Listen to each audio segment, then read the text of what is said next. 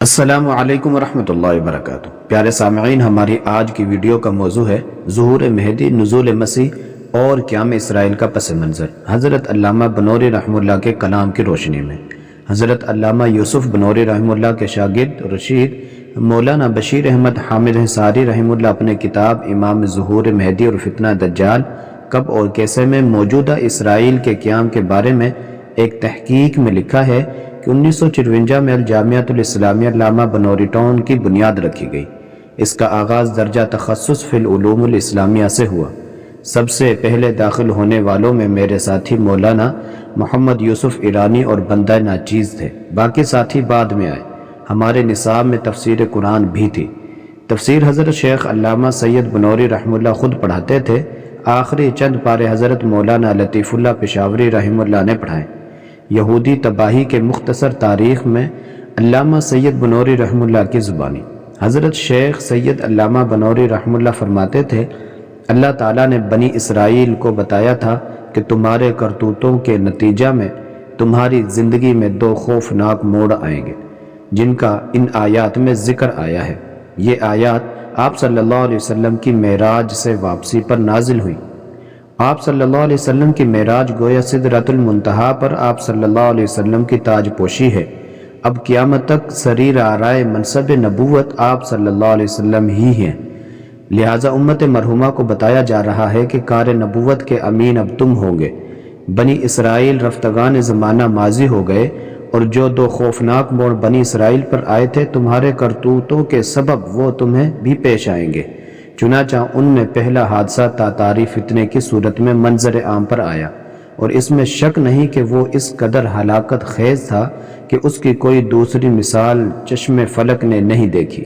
اس کے بعد وہ تاتاری خود ہی اسلام کے خادم بن گئے اور امت مسلمہ پر پھر عروج پر آ گئی، لیکن رفتہ رفتہ امت کی بد نصیبی کے دوبارہ اسی ڈگر پر پہنچ گئی جہاں قہر خداوندی کا بند ٹوٹ جاتا ہے۔ چنانچہ انگریز امپیرلزم نے امت مسلمہ کے ساتھ جس درندگی اور صفاقی کا بھیانک ترین کھیل کھیلا، اس نے وحشت اور بربریت کے سارے ریکارڈ توڑ دیے۔ تاتاریوں کی صفاقی اس سے بہت پیچھے رہ گئی۔ یہ دوسرا دور پہلے کی نسبت بہت طویل ہے۔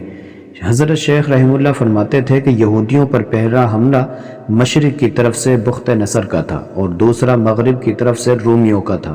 فرمایا اسی طرح امت پر پہلا حملہ مشرق کی طرف سے تاتاریوں کا تھا اور دوسرا حملہ مغرب کی طرف سے رومیوں کا، جو ابھی تک جاری ہے۔ لیکن یہودیوں کو تیسری بار کے لیے عسیٰ ربکم ان یرحمکم وان عدتم عدنا وجعلنا جہنم للکافرین حصیرا، امید ہے کہ تمہارا رب رحم فرمائے گا۔ گویا یہودیوں کو ایک چانس اور ملے گا، اور پھر وہی کرتوت کرو گے تو دوبارہ عذاب آئے گا، جس کے بعد جہنم ہے، یعنی اس چانس کے بعد یہود کا مکمل خاتمہ ہوگا، اور ان کے پھیلنے پھولنے کا یہ دور خروج دجال تک دراز ہوگا۔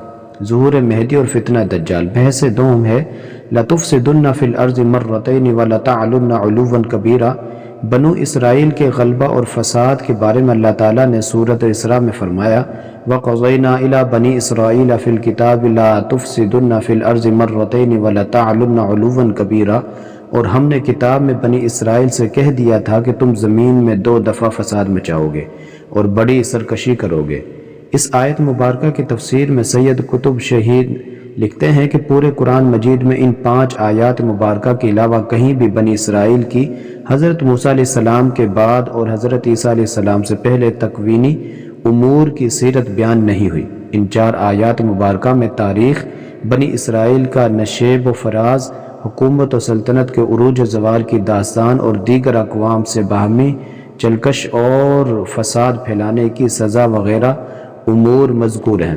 اسی صورت میں آگے جا کر اقوام و ملل کی ہلاکت سے پہلے خدائی سنت کا تذکرہ تفصیل سے ہوا ہے۔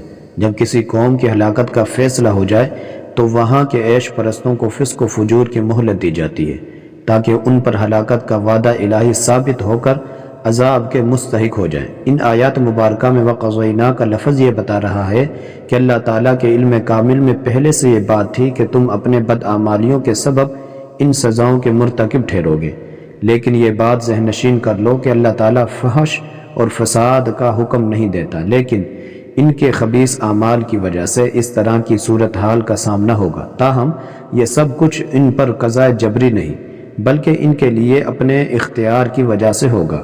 ہونا تو یہ چاہیے تھا کہ اللہ تعالیٰ نے جس سبب کو مرض کی وجہ بتائی تھی وہ سب چھوڑتے، مگر جس سبب کو چھوڑنے کا حکم دیا وہی اس سبب کو مدار نجات تصور کر کے اسی کی تعلیم کو اپنے مذاہب کی بنیاد قرار دیا، اس کی تبلیغ و ترویج کو مقصد اصلی ٹھہرایا، جس کے نتیجے میں جب بھی یہود کو کامیابی ملی اپنی فطرت شاطرانہ سے انداز حاکمانہ اپنا کر کمزور پر طرز آمرانہ چلایا گیا اور ضعیفوں پر ظلم و ستم کے پہاڑ ڈھائے گئے، زمین میں فساد کو اپنا شیوا بنایا، ان کی عبادت گاہوں، بوڑھوں، بچوں اور عورتوں کو مسل کر رکھ دیا، جس کی سزا کے طور پر اللہ تعالیٰ نے ان کو واپس کمزور کر کے دیگر مضبوط اقوام کو ان پر مسلط کر کے ان کو تہس نہس کر دیا۔ چونکہ یہ وعدہ الہی تھا جس کا ہونا اٹل حقیقت تھا، اس وجہ سے گزشتہ زمانوں میں مجوسیوں اور رومیوں نے یہودیوں کو روند ڈالا اور ماضی قریب میں ہٹلر نے یورپ میں یہودیوں کو زندگی کی بھیک مانگنے پر مجبور کر دیا۔